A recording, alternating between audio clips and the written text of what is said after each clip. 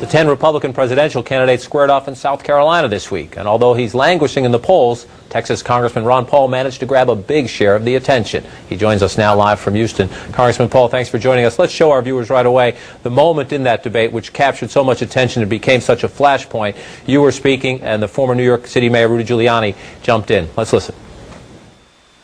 They attack us because we've been over there. We've been bombing Iraq for 10 years. It's an extraordinary statement as someone who lived through the attack of September 11, that we invited the attack because we were attacking Iraq. I don't think I've ever heard that before, and I've heard some pretty absurd explanations for September 11. Now, Congressman Paul, the mayor asked you to withdraw that statement, and you did not. I want to walk through that. You firmly believe, sir, that because of U.S. military involvement in the Middle East, including the first Persian Gulf War, that we invited, would that be the word you would use? We invited the 9/11 attacks? Well, it's not so much like it's a subjective belief. It's just an evaluation of the facts. If you study the people who understand the Middle East, like Michael Schur and others, and look at the 9/11 Commission report, that's the evidence they provide that that was one of the excuses.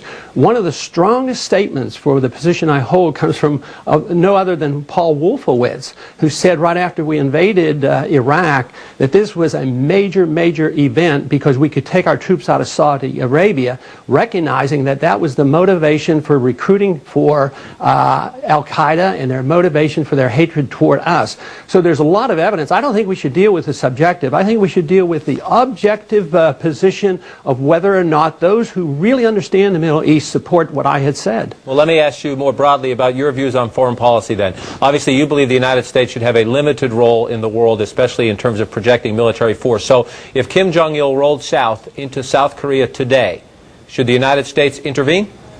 Well, it depends on what the Congress says. We certainly shouldn't do what we did in under the Truman administration. Go in under our UN resolution. You go to the Congress and find out if it's a threat to our national security. I personally would think right now that it isn't a threat to our national security. I want to make a point, though, that if we weren't over there, I think Korea would be unified, just like South Vietnam or Vietnam is unified. They have railroads now open up between the two. They want to share information. But let me jump in. I don't want to solve the problems of the Korean Peninsula today. I do want to get your views on foreign policy. Let me give you another example. If China took back Taiwan today, you say go to the Congress, or does the President not have the authority as Commander-in-Chief? Absolutely, he does not have the authority. Where does he get it? You can't go to war without congressional approval, and that's not a threat to our national security. That's something internal affairs. Why should we send hundreds of thousands of Americans to die in a civil war? I mean, are we over in Russia right now over Chechnya? I mean, it wouldn't make any sense. Did we go to war over Hong Kong? You know, we should follow the Constitution and the advice of the founders. Don't go looking for dragons to slay. I mean, why should we go and provoke and look for trouble? We should talk to people, negotiate, be diplomatic, and trade with people. We do much better trading with Vietnam than we did with fighting with them, and we lost 60,000 men there. It makes so much common sense, and it's so appealing to the majority of Americans. Let me tell you, I really believe that. You have received some criticism. Some say you're the person who doesn't belong at a Republican debate. You were a past Libertarian candidate for president, of course. You have views that are out of what many would think of the mainstream, at least of today's Republican Party. I want to read you some of the criticism that came out after this last debate and ask you to respond to the politics of it. These are some comments made of your performance. Here's Roger Simon writing in the Politico. In terms of the presidency, nobody cares what Ron Paul says, perhaps not even Ron Paul. Gloria Borger writing in U.S. News and World Report. Representative Ron Paul of Texas, who gives new meaning to the question asked by Ross Perot's former running mate, Admiral James Stockdale, who am I? Why am I here? And in the Daily News of New York and editorial, Ron Paul, whose performance Tuesday proved him the Sanjaya of the political arena. What do you make of the critics who say, why is this guy in a Republican debate? If he wants to run as the Libertarian. Well, I would ask you why you pick out 3 when I could find you probably 1,000 that contradict exactly what you say. I would say that I'm more Republican than they are. The Republican tradition is always to win on the peace position. Democrats have always won or got us in the war. We got out of Korea with Eisenhower. We got out of Vietnam eventually with Nixon. We ran on a peace program in the year 2000. No world policemen, revolution, no nation building, humble foreign policy. Peace is a positive message, not a negative message. You don't win by, politically you don't win. There's a strong tradition of non-intervention in the Republican Party. That is the American position, that is the constitutional position, that is the very strong advice for the founders. So when they attack me and say, silence Ron Paul, they're saying silence the Constitution, silence the advisors, the founders of the country, silence our platform, close down the big tent, make it very narrow, and as long as you agree with a foreign policy that is failing, then it's okay to be a Republican.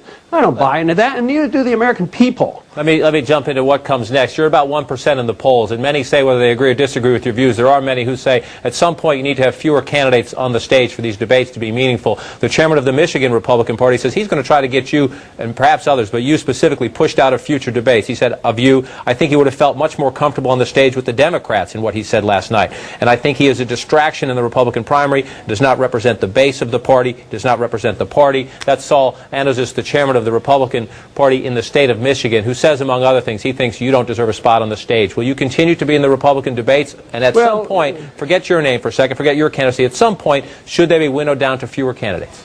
Well, why do you pick that statement that has been discredited and removed? The chairman of the Michigan Party now has withdrawn that. He has given up on that.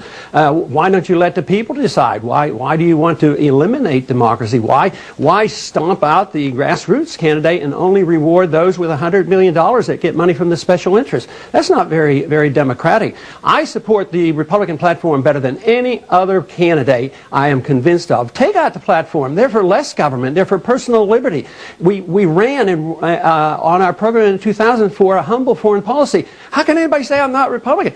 I'm the most conservative member of the Congress. I vote for the least amount of spending and the least amount of taxes. And they say I'm not Republican enough?